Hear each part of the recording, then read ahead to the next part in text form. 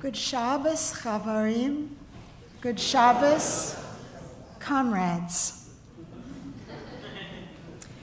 We're gathered here tonight to commemorate a tragedy, but the very fact that we are here, almost 3/4 of a century and half a world away, speaks to the importance of these people and what they stood for.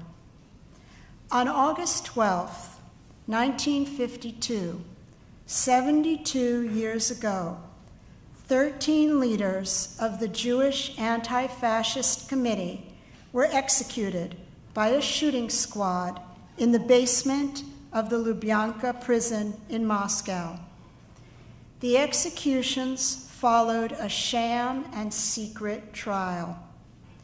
The defendants were charged with espionage, spying for the United States, and bourgeois Jewish nationalism.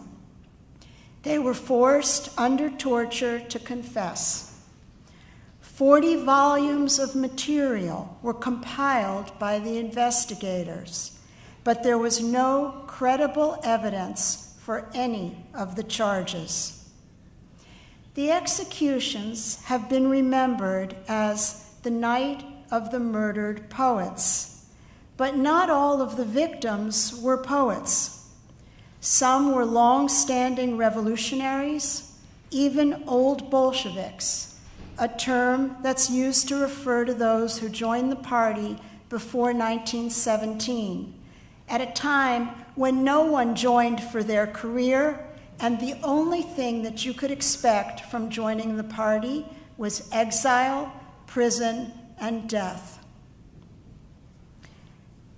Others were leading luminaries of science and Yiddish culture, spanning fields as diverse as working-class organizing, medicine, biology, journalism, fiction, poetry, drama, and history. 5 of the victims were well-known poets, editors, and writers: David Bergelson, Peretz Markish, Yitzhak Pfeffer, David Goffstein, and Leib Kvitko. They were accused of glorifying Jewish folk and shtetl traditions and arousing nationalist feelings.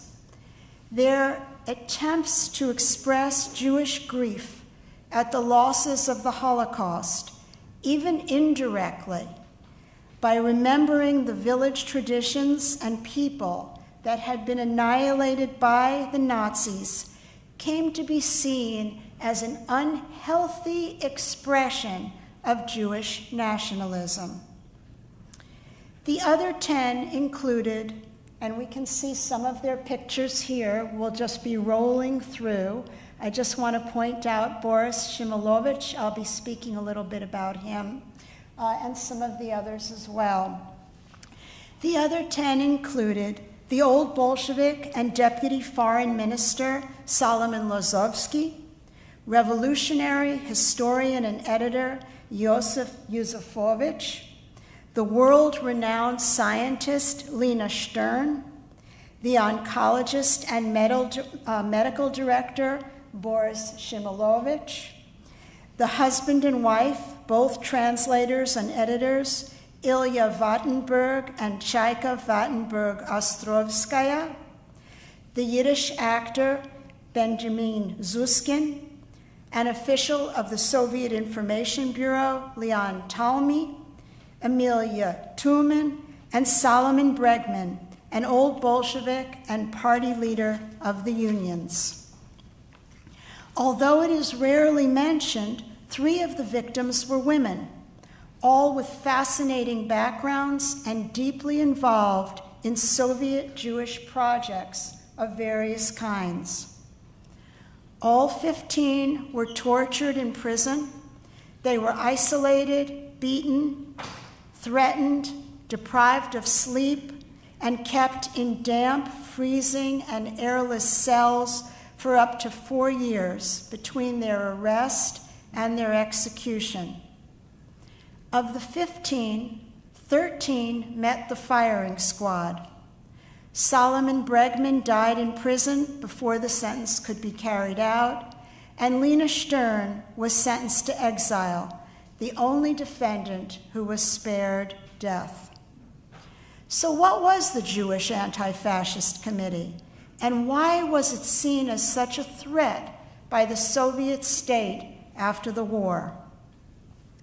The Soviet state created the Jewish Anti-Fascist Committee, or JAC, as I'll call it, in April 1942, to mobilize support for the war effort and the struggle against fascism among Jews at home and abroad. It was chaired by the famous Yiddish actor and director of the Moscow State Yiddish Theater, Solomon Michaels. And its members were also Jews like Ilya Ehrenberg and Vasily Grossman, famous writers and war correspondents who also wrote for a broad audience in Russian. Yakov Krieser, a highly decorated Red Army commander who fought in the battles of Moscow and the Battle of Stalingrad. Jack made an enormous contribution to the Soviet war effort. The committee's most famous undertaking was a 7-month tour by Michaels and Pfeffer to the United States and other countries in 1943. They were welcomed with rapturous enthusiasm in many cities, and they raised millions of dollars. In New York, they were greeted by Fiorello LaGuardia, our beloved little flower of a mayor, and 50,000 staunch anti-fascists at the Polo Grounds. After the war, Jack came under attack by some party leaders who were promoting a strong Russian nationalism. They attacked Yiddish literature, and specifically the Jack leaders Markish, Pfeffer, and Bergelson, for nationalist, religious, and mystical tendencies, which was a coded attack for expressing the deep grief of the Jewish people about the Holocaust. Jack and the Jewish intelligentsia soon came under attack as well. A few party leaders smeared Jack's post-war activities as politically harmful and insinuated that Jack was being used by imperialist circles in the United States. They criticized Jack for its ties to Jewish organizations abroad, for interposing itself between the local Jewish population and the Soviet state, and for promoting Zionism, or the idea of Palestine as a new homeland. By 1946, some Soviet leaders strongly advocated eliminating Jack. The war was over, and the organization was no longer needed. In January 1948, Solomon Michaels, the great Yiddish theater director and the head of Jack, was implicated in an espionage case, spying for Jewish organizations in the United States. Michaels, however, was too well known at home and abroad to be arrested. So Stalin made the decision to eliminate him. The murder was disguised as an auto accident, and it signaled a turning point in the state's policy toward Jack and toward Soviet Jews. Michaels was crushed to death by a truck in Minsk and then dumped at night on a deserted road.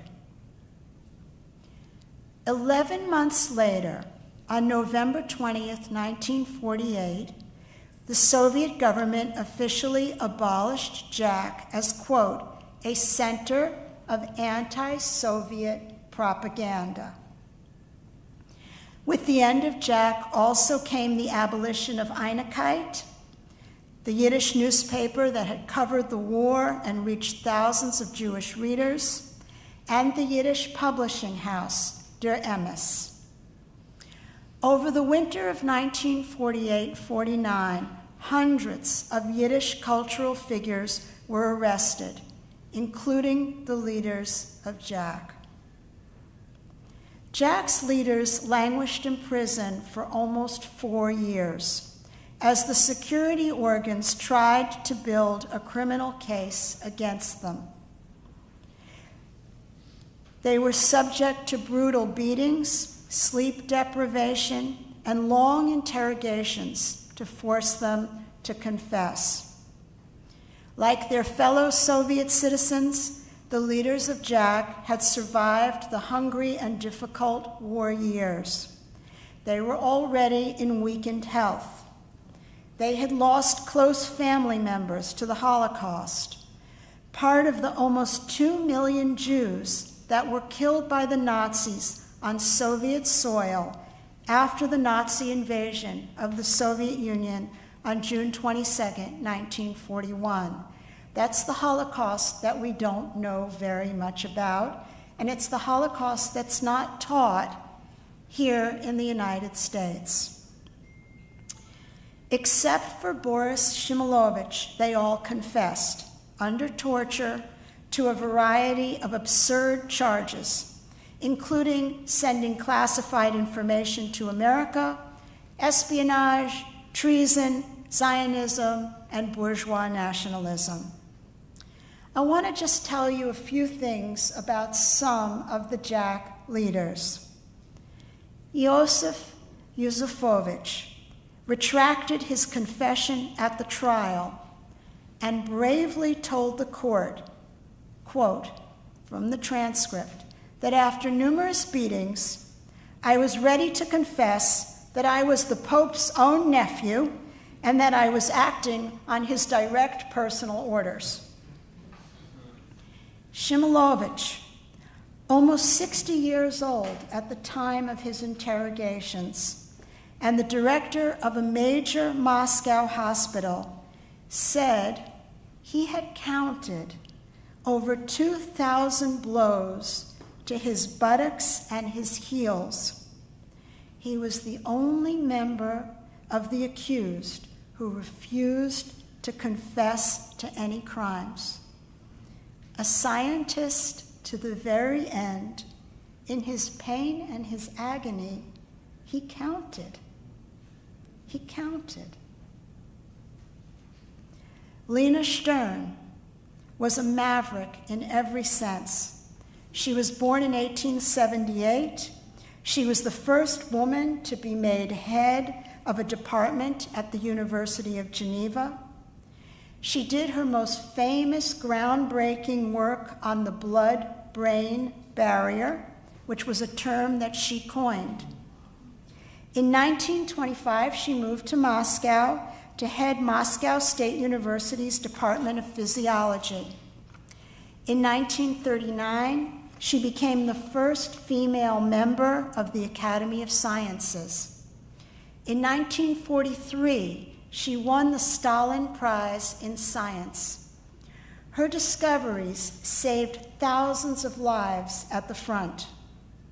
Stern was already in her early 70s when she was arrested. And at what point during her interrogation, the Minister of State Security, who personally interrogated her, accused her of being an American spy, which she firmly denied. The minister then screamed at her, "Stop lying, you old whore!" And with great dignity, Stern shot back, "So, is this the way a Soviet minister speaks to a member of the Soviet Academy of Sciences?" That comment spoke volumes about what the celebrated land of the Soviets had become. The Ministry of State Security initially hoped to stage a public show trial, like the Moscow show trials that were held in 1937, 1938, and covered all over the world. They hoped to stage this case with the leaders of Jack, but it was never held. The defendants refused to cooperate. They retracted their confessions. The case didn't hang together. The evidence was absurd, and the state was scared by the possibility of an international outcry. So instead, a secret trial began in May 1952, and it lasted for 2 months. The trial was held in the Lubyanka, the great prison and headquarters of the secret police in the middle of Moscow. Many of the defendants disavowed their earlier confessions. Solomon Bregman collapsed into a coma during the trial, and he died in January 1953 in prison. Only Lena Stern, our academician, our scientist, was spared and sentenced to 5 years of exile. She returned to Moscow after Stalin's death in 1953. On August 12, 1952, 13 of the defendants, excluding Stern and Bregman, were executed in the basement of the Lubyanka. The trial and the executions were kept secret. Not a single reference appeared in the Soviet newspapers. The defendants' families were charged with being, quote, relatives of traitors to the motherland, and they were exiled in December of 1952. They did not learn about the fates of their loved ones until 1955, when the case was reopened. In 1955, after Stalin's death, all the defendants were found not guilty of the charges against them. Other than their confessions, extracted under torture, there was no evidence of espionage or any other criminal activity. The poet and writer Yisroel Emyot, who was also arrested in 1948, was released from the camps in 1955. He traveled through Moscow, and he recalled that he wanted to see his old friends. I think this is an experience many of us have actually had, passing through a place where everybody is gone. He recalled how he wanted to see them, and he wrote, "But where to go? Who can I see now? Go to Gorky Street, where the walls in the apartment of Peretz Markish are weeping from loneliness? Turn into Lavrushinsky Lane, where the window frames of the huge red house, number 17, are tightly boarded up after Bergelson's death? Leib Kvitko will no longer smile at me when walking toward me. His smile was washed away by the blood in the basement of the Lubyanka." The leaders of JAC were strongly identified with Yiddish folk culture and the Jewish people, especially in the wake of the Holocaust. But they were also children of the revolution, who had fervently embraced the cause of Soviet socialism, not only because of the freedom it promised Jews from Tsarist oppression, but for the vision of universal justice it offered to all poor, insulted, and oppressed working people. The terror of the 1930s swept away a generation of communist revolutionaries, right and left oppositionists, Bundists, anarchists, and others. The post-war anti-Semitic campaign was the final spasm of the terror before Stalin's death in 1953. It was, in a sense, the last great bloody betrayal of the promise of 1917. After the murder of Michoels, Peretz Markish wrote a poem which could not be published at the time. He read it at an unofficial commemoration for Michoels held 1 month after his death. This was a commemoration of friends. Markish himself would be arrested in less than a year. I want to read you the poem. It was written in Russian, and I did an English translation of it. But I think just in order to understand it a little better, I want to give you a few points of entry to it as you're listening. So the first thing that you should know is that Michoels was one of the greatest actors of his age.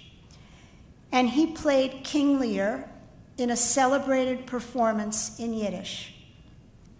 The image of Michoels as an actor and as a king runs through the poem.